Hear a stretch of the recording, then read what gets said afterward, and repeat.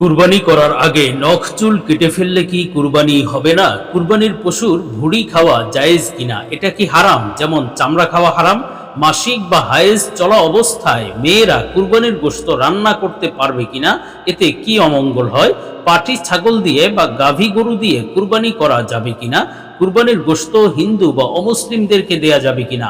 অত্যন্ত অত্যন্ত গুরুত্বপূর্ণ কিছু বিষয়। কুরবানি চলে এসেছে, কুরবানি সংশ্লিষ্ট গুরুত্বপূর্ণ কোনো কিছু মাসআলা অবশ্যই জানতে হবে। অনেকেই না জানার কারণে বিভিন্ন ভুল আমল করে থাকে। তো এই বিষয়গুলো নিয়ে বিস্তারিত আলোচনা এই ভিডিওতে করবো ইনশাআল্লাহ। সুতরাং মনোযোগ সহ ভিডিওটি শেষ পর্যন্ত দেখুন, অন্যথায় কোনো বিষয়ে ভুল বোঝার সম্ভাবনা থাকে।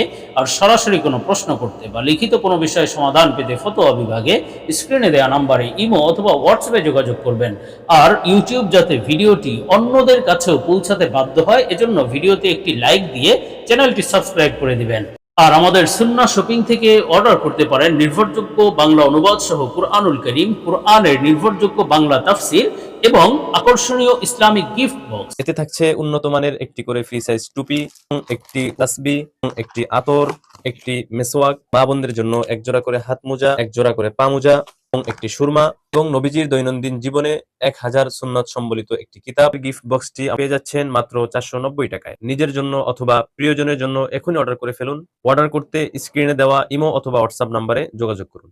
তো আমরা সরাসরি প্রশ্নের জবাবে চলে যাই। প্রশ্ন ছিল কুরবানির গোশত হিন্দু বা অমুসলিমদেরকে দেয়া যাবে কিনা, দিলে কুরবানি সহি হবে কিনা?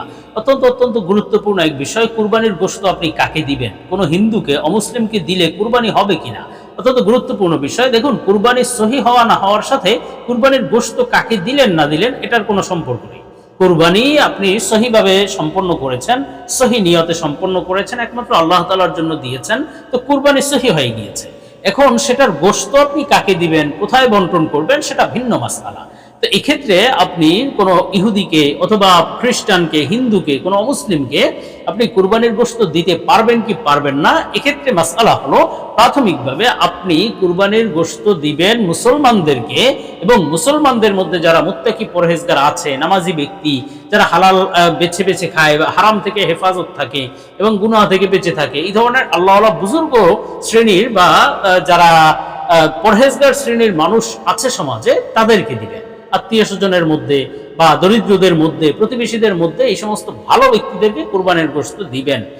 এরপরের ধাপে আপনি দিতে পারেন মুসলমানদের মধ্যে যারা আসলে পরিপূর্ণ পরহেজগার নয় অথবা বিভিন্ন গুনাহেও জড়িত, তাদেরকেও দিতে পারেন। মুসলমান কিন্তু গুনাহে জড়িত, ফাসেক মুসলমান যাকে বলা হয়, তাকেও দিতে পারেন। এরপরে মুসলমানদের প্রয়োজন সম্পন্ন হলে তারপরে আপনি চাইলে হিন্দুদেরকে, অথবা তারা যদি কুরবানির গোশত খেতে পছন্দ করে, কুরবানিকে যদি কোনো তুচ্ছ তাচ্ছিল্য না করে এই বিষয় নিয়ে, তাহলে আপনি তাদেরকে দিতে পারেন। অমুসলিমকেও কুরবানির গোশত দেওয়া জায়েজ, তবে সেক্ষেত্রে প্রাধান্য দিতে হবে মুসলমানদেরকে। তো আমরা পরবর্তী প্রশ্নের জবাবে চলে যাই। প্রশ্ন ছিল পাঠি ছাগল দিয়ে বা গাভী গরু দিয়ে কুরবানি করা যাবে কিনা? যাবে, কোনো সমস্যা নেই। পাঠি ছাগল দিয়ে, গাভী গরু দিয়ে কুরবানি করা যায়, তবে এক্ষেত্রে একটি মাসআলা লক্ষ্য করতে হবে, যেন সেটা গর্ভবতী না হয়। এই বিষয়টি খেয়াল করতে হবে। গর্ভবতী হলেও কুরবানি হয়ে যাবে, কিন্তু গর্ভবতী ছাগল দিয়ে বা গাভী দিয়ে কুরবানি দেওয়া উচিত নয়, উত্তম নয়। সেক্ষেত্রে এই বিষয়টি লক্ষ্য করে কুরবানি দিলে কুরবানি হয়ে যাবে। আর গাভী দিয়ে বা পাঠি ছাগল দিয়ে কুরবানি দেওয়ার পরে যদি ভিতরে বাচ্চা পাওয়া যায়, সেই বাচ্চা যদি জীবিত থাকে, তাহলে সেই বাচ্চাও জবাই দিয়ে খেতে পারবে, জায়েজ আছে। আর যদি না খায় বা সেটা যদি না খেতে চায়, তাহলে ওই বাচ্চা অসহায় দরিদ্রদেরকে দিয়ে দিতে হবে। তো আমরা পরবর্তী প্রশ্নের জবাবে চলে যাই। প্রশ্ন ছিল কুরবানির পশুর ভুঁড়ি খাওয়া জায়েজ কিনা, এটা কি হারাম?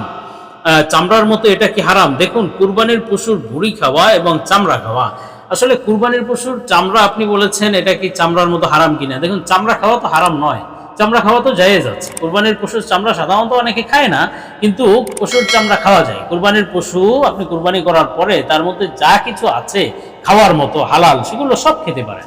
চামড়া খেতে পারেন, মাথা খেতে পারেন, তারপরে কুরবানির যেই যত গোশত আছে খেতে পারেন, ভুঁড়ি খেতে পারেন, সেটাও জায়েজ আছে। এতে কোনো অসুবিধা নেই, এর মধ্যে কোনো হারাম, চামড়া হারাম অথবা ভুঁড়ি খাওয়া হারাম এই ধরনের কোনো বিষয় নেই। তবে এগুলো আপনি বিক্রি করতে পারবেন না। ভুঁড়ি বিক্রি করা, চামড়া বিক্রি করা, এগুলো থেকে বিরত থাকতে হবে। আর বিক্রি করে ফেললে সেই টাকাটা অসহায় দরিদ্রদেরকে দিয়ে দিতে হবে। কিন্তু আপনি খেতে পারেন, সেক্ষেত্রে কোনো আপত্তি নেই। তো আমরা পরবর্তী প্রশ্নের জবাবে চলে যাই। প্রশ্ন ছিল, মাসিক বা হায়েজ চলা অবস্থায় কুরবানির গোশত রান্না করতে পারবে কিনা মেয়েরা, এতে কি অমঙ্গল হয়? না, কোনো অমঙ্গলের বিষয় নেই। মাসিক হায়েজ চলা অবস্থায় মেয়েরা কুরবানির গোশত রান্না করতে পারে, কোনো অসুবিধা নেই। এতে কোনো অমঙ্গলের বিষয় নেই, নাজায়েজের বিষয় নেই, জায়েজ আছে। আমরা পরবর্তী প্রশ্নের জবাবে চলে যে প্রশ্ন ছিল, কুরবানি করার আগে নখ চুল কেটে ফেললে কি কুরবানি হবে না? দেখুন, কুরবানি করার আগে নখ চুল কেটে ফেললে কুরবানি হবে কিনা, আসলে কুরবানির আগে নখ চুল কাটার ব্যাপারে হাদিসে যেই বিষয় রয়েছে, রাসূল সাল্লাল্লাহু আলাইহি সাল্লাম বলেছেন, তোমাদের কেউ যখন কুরবানির নিয়ত করে বা কুরবানি করতে চায়, সে যেন কুরবানির আগে নখ চুল না কাটে। অর্থাৎ যখন জিলহজের চাঁদ উঠবে, সেই জিলহজের প্রথম তারিখের আগে, চাঁদ ওঠার আগে নখ চুল কেটে অবাঞ্ছিত লোমগুলো পরিষ্কার করে তারপরে রাখবে। এরপরে বাকি 10 দিনে, 10ই জিলহজ তো কুরবানি হবে, বাকি 10 দিনে আর কাটবে না, নখ চুল কাটবে না। এরপরে 10ই জিলহজের সময় কুরবানি দেওয়ার পরে গিয়ে কাটবে। আর যারা কুরবানি দেয় না তাদের জন্য ঈদে কুরবানির নামাজের পরে কাটবে। এটি একটি আমল, এটি মুস্তাহাব আমল। এখন এর আগে যদি কেউ কেটে ফেলে, এই 10 দিনে যদি কেটে ফেলে, কুরবানির আগেই যদি নখ চুল কেটে ফেলে, এক্ষেত্রে কোনো গুনাহ নেই বা কুরবানি হবে না এমন কোনো বিষয় নেই।